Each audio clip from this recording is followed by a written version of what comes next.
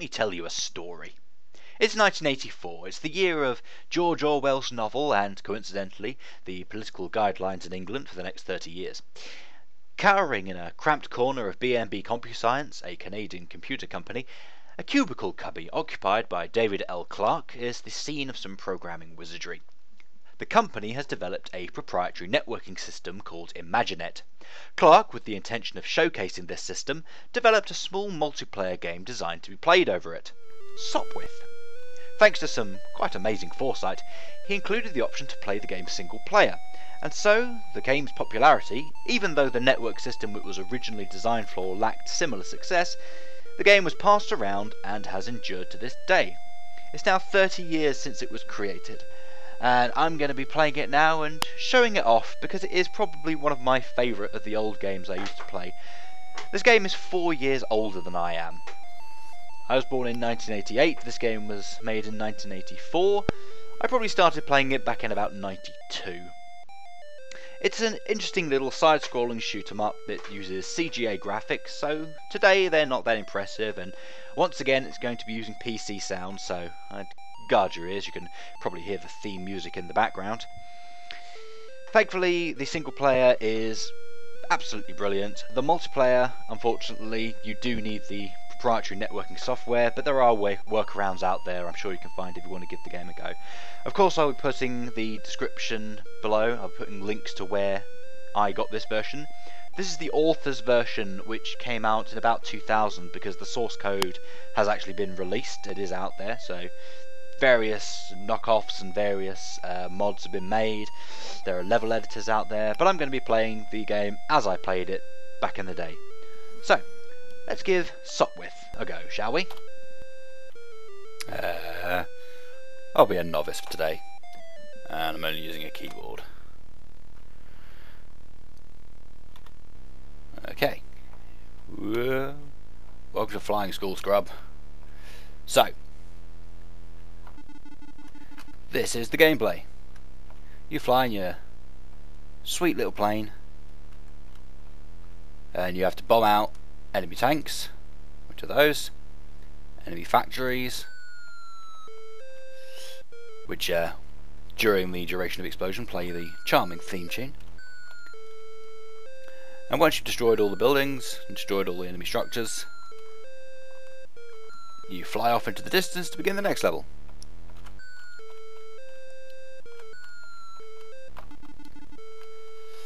Now the debris can destroy you, and in later levels, as we'll see, the buildings gain the ability to shoot back at you.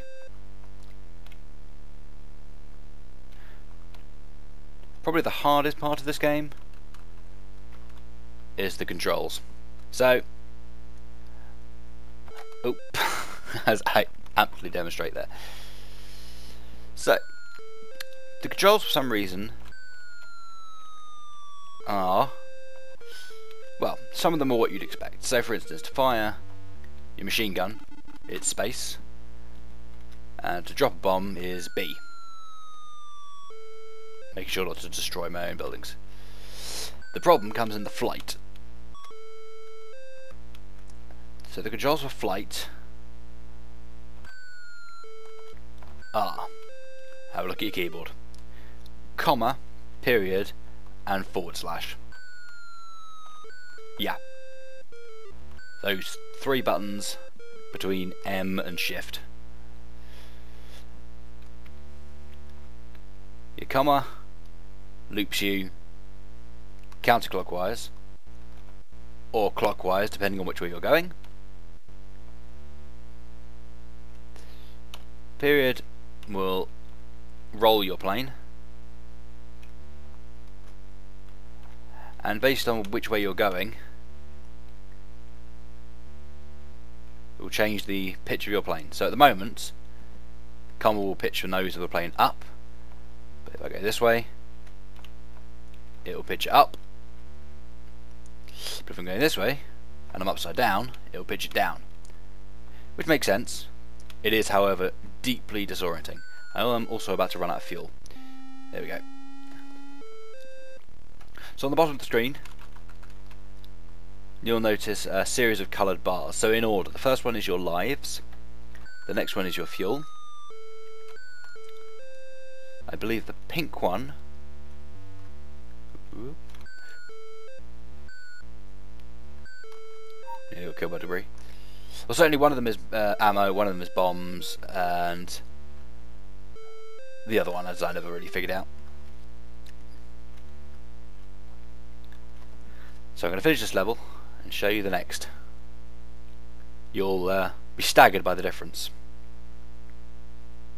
I think I've just got one left in the top, so I'm going to fly up to level with it so I can just pretty much fill it full of holes. Yes! Level complete. The suicide run works. When you're on your runway, X will build you speed. See, I'm now being shot at. So I'm now going a lot slower. I'll start leaking fuel, and my ability to turn is greatly slowed. You see my turning circle has massively increased. I'm probably going to die, so... I was hoping to crash into that factory. No joy. You've probably noticed the level actually hasn't changed in its layout at all.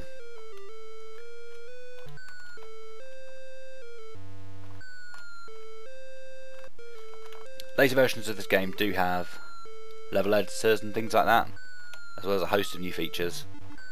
But in keeping with the theme of the series, I'm playing it how I remember it, so I'm not really bothering with any of those functions. I'm just going pure on. There we go.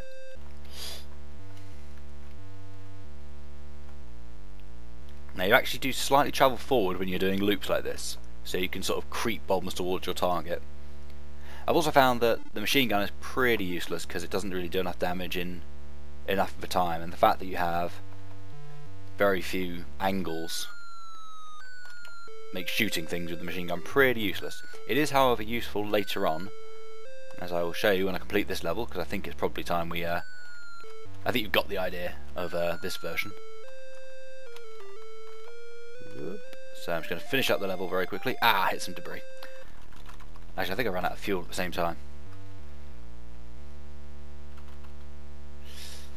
So the graphics are simple, CGA 4-color, and sound again provided by your high-tech PC speaker,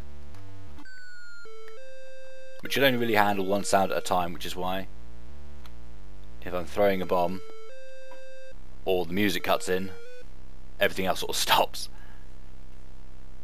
Okay, so I think we can go back because we need to go to, well, first we need to go to game over, so let's just bomb my own runway and cause ourselves a game over this way.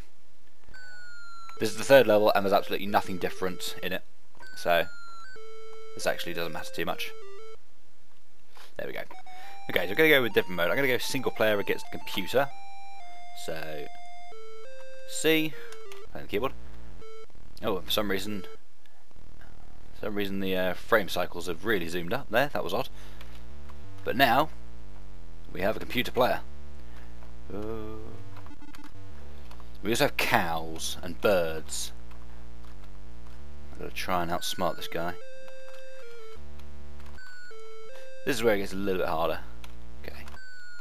Oh, there's two. Or did he just rap? No, there's two. Okay. I was hoping to bomb it out of the sky. Damn, I've been hit.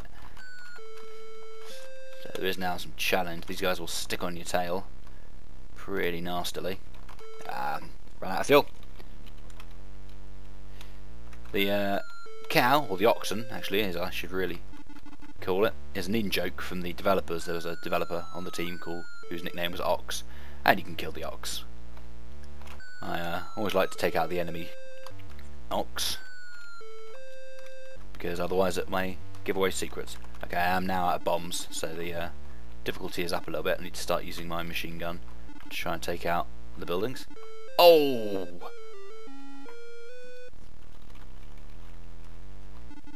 Now these birds at the top of the screen will disable your plane if you hit them. If you bird striker, the aviation term would be. Oop. And you can, with a bit of practice, shoot at the flocks and they will disperse flying through the air, which is quite useful when you're trying to take out an enemy, because a bird in their engine will take out their plane. See how that bird split off? There you go. Oh, now I now have a bird on my windshield. I'm not sure if Sopwith camels originally had them, but there we go. So now we have a whole load of birds to contend with. In fact, I think that plane was trying to take off and actually got hit by a bird immediately. Let's see if I can complete this level, because it's a bit tougher. Ooh, crap. Taking some damage, and I'm out of bombs again, so suicide run it is. Okay, I think I hit him. Nah. Well, at least we died together. Me and... oh, bastard! Me and Heinrich. Two valiant knights of the sky. Oh, bugger. And one just fell off his horse. Oh, crap. And I'm going to kill my own oxen. No! Oh. Well, I fought bravely. So for those of you who have never watched a documentary about First World War aviation, this is essentially what it was like. You basically had to just slam your plane into the Luftwaffe. Actually, it wouldn't have been the Luftwaffe then, I don't think. Cool, managed to get him to crash. Oop, okay. The tanks are admittedly a little modern for the First World War, but we'll deal. Oh crap. Oh shit, been hit. Mayday, mayday, mayday! Oh, I'm going down! Oh, I thought I'd hit him in the way. No. So this game does have multiplayer. It is unfortunately, as far as I'm aware, currently unusable, because you need the proprietary network software, Imaginet, that the guy developed to actually run it. I'm sure someone out there has worked out how to get it to work with modern internet, modern networks, but feel free to do your own research on that. I really have no interest in doing multiplayer. Screw both controls there. But I imagine it'll be a fun little game. It's certainly got some charm, you know, the old school graphics, the horrendously outdated sounds. They're trying to work out the controls so you don't slam into your opponents.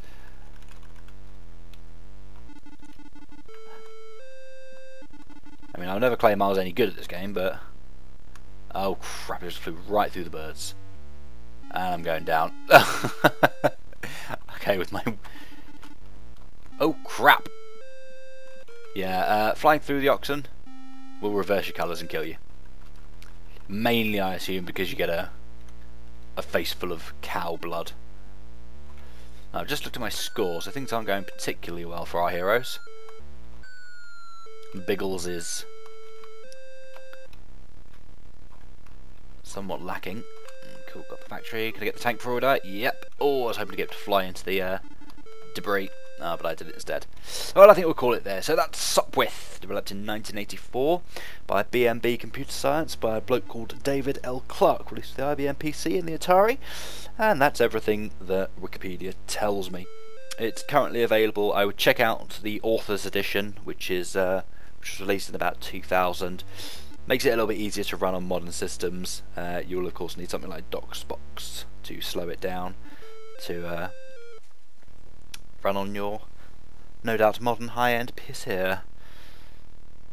So I hope you enjoyed it. I will put a link to where I got this version in the description. You can check it out if you want.